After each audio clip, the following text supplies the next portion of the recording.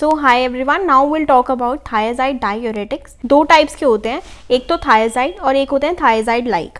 Thiazide जो typically थायजाइड्स होते हैं उनकी दो एग्जांपल्स हैं, क्लोरथायाजाइड एंड हाइड्रोक्लोरथायाजाइड। ये जो हाइड्रोक्लोरथायाजाइड है it is very important, and then it's thiazide like, that is chlorthalidone, indapamide and metolazone. So indapamide is very important.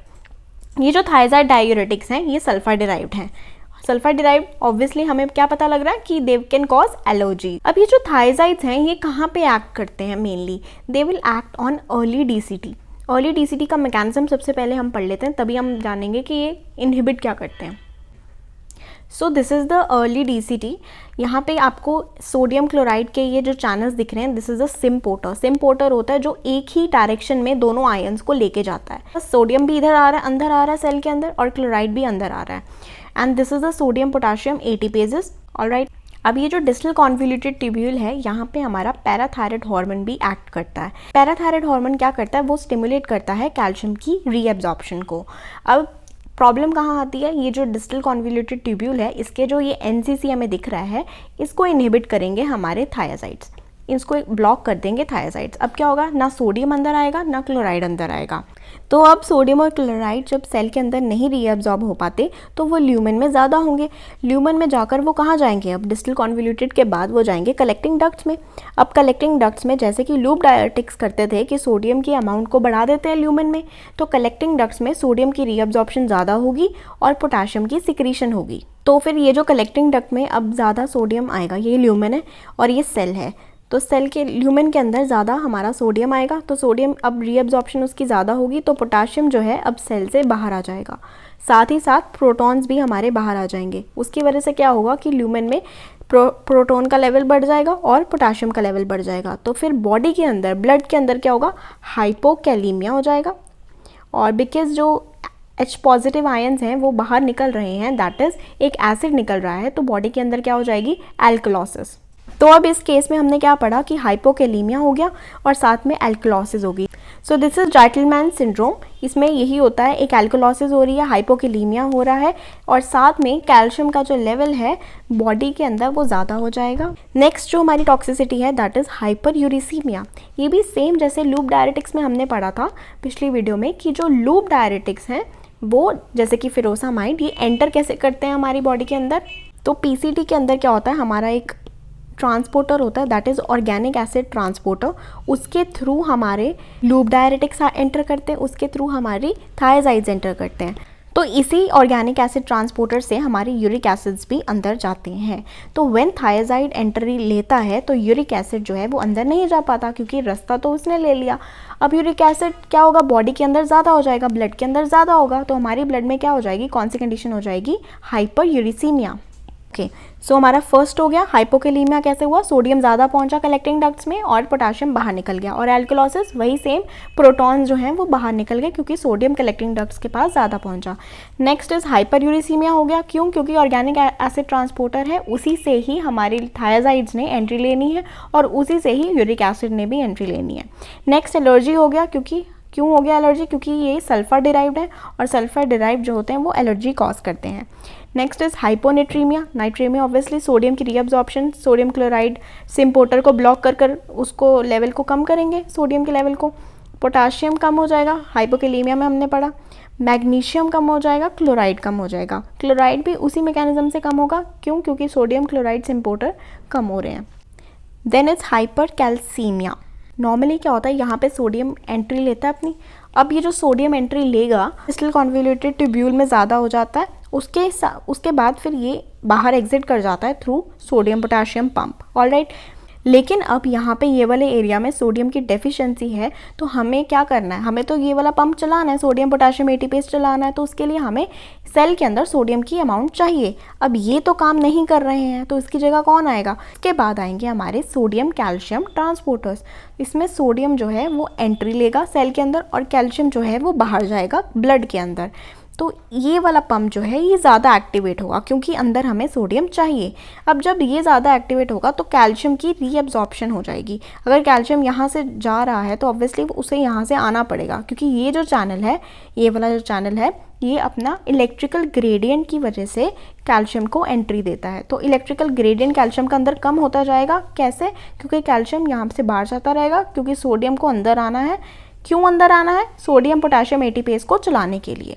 Last बार एक बार फटाफट, सोडियम क्लोराइड ट्रांसपोर्टर काम नहीं कर रहा है, सोडियम अंदर कम हो गया, तो उसके बाद सोडियम पोटेशियम एटीपेज नहीं काम करेंगे, लेकिन सोडियम पोटेशियम एटीपेज को काम करना है।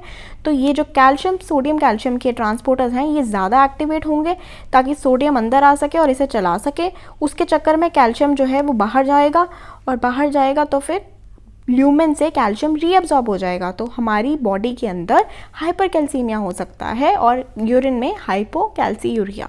Most of the times hypercalcaemia इस वजह से नहीं होता, लेकिन कोई और कॉज बेसिकली था पहले से, उसको वो एग्जैजरेट कर देता है या अनमास्क कर देता है, मतलब कि वो दिख जाता है अब हाइपरकैल्सीमिया उसकी वजह से। Then comes the hyperlipidaemia. इसमें क्या होता है कि जो हमारा कोलेस्ट्रॉल का लेवल है, ये जो थायराइड्स हैं उनकी वजह से कोलेस्ट्रॉल का लेवल इंक्रीज़ हो जाता है, एलडीएल का लेवल इंक्रीज़ हो जाता है।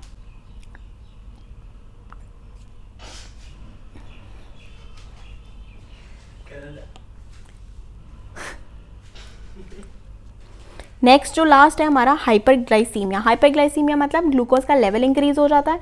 क्यों इंक्रीज़ हो जाता है? दो रीजंस हो सकते हैं कि ये जो थायराइड्स हैं वो या तो इंसुलिन की फॉर्मेशन को डिक्रीज़ कर दें, और या फिर ग्लूकोज की यूटिलाइजेशन को, जो कि टिश्यू में हो रही है, उसे डिक्रीज़ कर दें।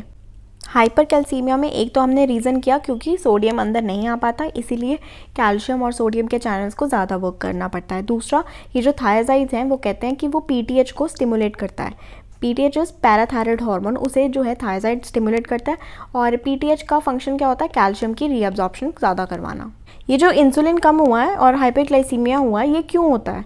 क्योंकि जब हम लोग थायराइड्स देते हैं, थायराइड का एक फंक्शन होता है कि वो पोटाशियम चैनल ओपनर्स हैं।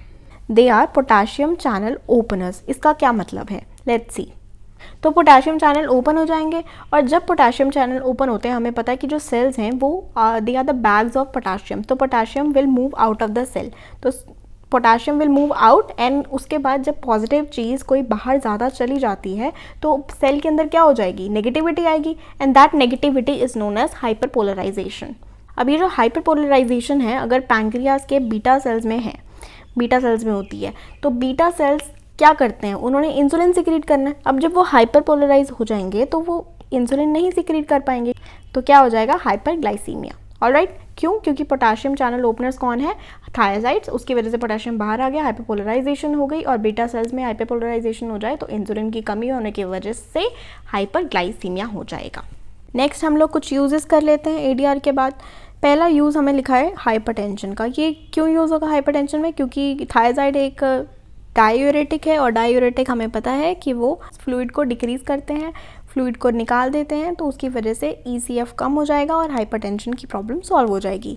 नेक्स्ट इज़ ऑस्टियोपोरोसिस में हम यूज़ कर सकते हैं। ऑस्टियोपोरोसिस में कैल्शियम का लेवल कम हो जाता है, और हमें पता है इसमें क्या होता है? हाइपरकैल्सीमिया होता है, उससे ऑस्टियोपोरोसिस बच सकती है। देन इट इज़ की nephrogenic diabetes insipidus, I am so sorry, insipidus. Nephrogenic diabetes insipidus में क्या होगा कि एडीएच बनता तो है, नेफ्रोजेनिक बोला है मतलब किडनी के लेवल पे प्रॉब्लम है।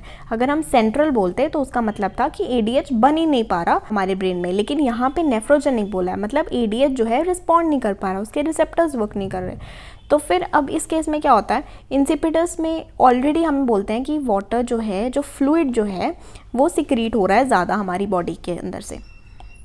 उसके ऊपर से हमने बोल दिया कि उसमें हम लोग एक डायूरेटिक देते हैं, कितना कॉन्ट्राडिक्टरी सा लिखता है। तो इसको एक्सप्लेन करते हैं। जब हम लोग थायराइड्स यूज़ करते हैं तो हमें इतना पता है कि सोडियम की रीअब्जॉर्प्शन नहीं होती। अब बॉडी के अंदर से सोडियम सॉल्ट जो है वो निकल चुका है, एक्सक्रीट हो ही जा रहा है, तो फिर एक टाइम पे सोडियम का लेवल डिक्रीज़ हो जाएगा, हाइपोनेट्रीमिया हो जाएगा। ईमिया मतलब ब्लड के अंदर हाइपोनेट्रीमिया हो गया है। तो उसके बाद क्या होता है कि जो हमारे जेजी सेल्स हैं, जेजी सेल्स कहाँ पे होते हैं, जो डीसीटी में हैं, वो एक्टिवेट होंगे बिकॉज उसके पास सोडियम कम पहुँच रहा है मैक्यूला डेंसा पे। तो अब वो क्या करवाएंगे, वो रास सिस्टम को एक्टिवेट करवाएंगे। व्हाट इज़ रास? That is renin angiotensin aldosterone system, ये एक्टिवेट हो जाएगा। अब दो हमने नाम दिए, रेनिन और साथ में एल्डोस्टेरॉन। तो एंजियोटेंसिन 2 क्या करेगा, वो करता है वेजो कॉन्स्ट्रिक्शन करता है। कहाँ की करता है? इफरेंट आर्टीरियोल की मेजरली करता है। अब जब इफरेंट आर्टीरियोल की कॉन्स्ट्रिक्शन हो जाती है तो हमारा जो रीनल ब्लड फ्लो है वो कम हो जाएगा। इफरेंट क्लोज हो गया, मतलब फ्लो नहीं कर पा रहा ब्लड। अब जब कम हो जाएगा तो फिर पेरीट्यूबुलर जो कैपिलरीज हैं वहाँ पे भी फ्लो कम हो जाएगा, तो आराम से आ रहा है। तो इस केस में क्या होगा कि पीसीटी पे जब हमारे पास ये सोडियम और क्लोराइड ये लोग आएंगे, वाटर आएगा, तो पीसीटी में एब्जॉर्प्शन रीअब्जॉर्प्शन इसकी ज़्यादा हो जाएगी। नेक्स्ट क्या होता है, एल्डोस्टेरॉन यूज़ किया हमने। एल्डोस्टेरॉन तो हमें पता ही है डायरेक्टली वो सोडियम की रीअब्जॉर्प्शन करवाता है कलेक्टिंग ट्यूब्यूल्स में। तो इन दोनों वजहों से सोडियम का रीअब्जॉर्प्शन बढ़ जाएगा। तो इसीलिए हम कहते हैं कि स्टार्टिंग में हमें लगेगा कि सोडियम की रीअब्जॉर्प्शन तो ये खुद कम करवा रहा है, लेकिन ये एक पैराडॉक्सिकल वे से अल्टीमेटली सोडियम की रीअब्जॉर्प्शन बढ़ाएगा और ट्रीट कर देगा डायबिटीज़ इंसिपिडस को, that is nephrogenic in nature.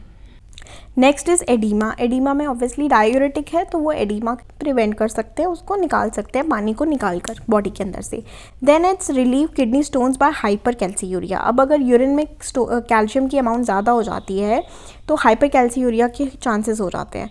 तो इसके केस में हम क्या कर सकते हैं, ये दे सकते हैं थायराइड। क्यों? क्योंकि थायराइड में क्या होता है कि जो कैल्शियम है वो यूरिन में नहीं होती, वो कैल्शियम जो है यूरिन से निकाल कर ब्लड के अंदर दे देता है, तो फिर हाइपर कैल्सीयूरिया होने के चांसेस कम हो जाते हैं। देन ये जो थायराइड्स हैं ये इतनी ज़्यादा एफिकेशियस नहीं है दैन लूप डायरेटिक्स। क्यों? क्योंकि इसमें सिर्फ 5% सोडियम की रीअब्जॉर्प्शन होती है, तो फिर ये मीडियम एफिकेसी डायरेटिक्स हैं। सो या this was all about thyroid diuretics. इसमें हमने उनकी टॉक्सिसिटी, यूजेज और उनकी एग्जाम्पल्स पढ़ी। If you have any query regarding this topic, you can ask, and if you like the video, please subscribe. Thank you.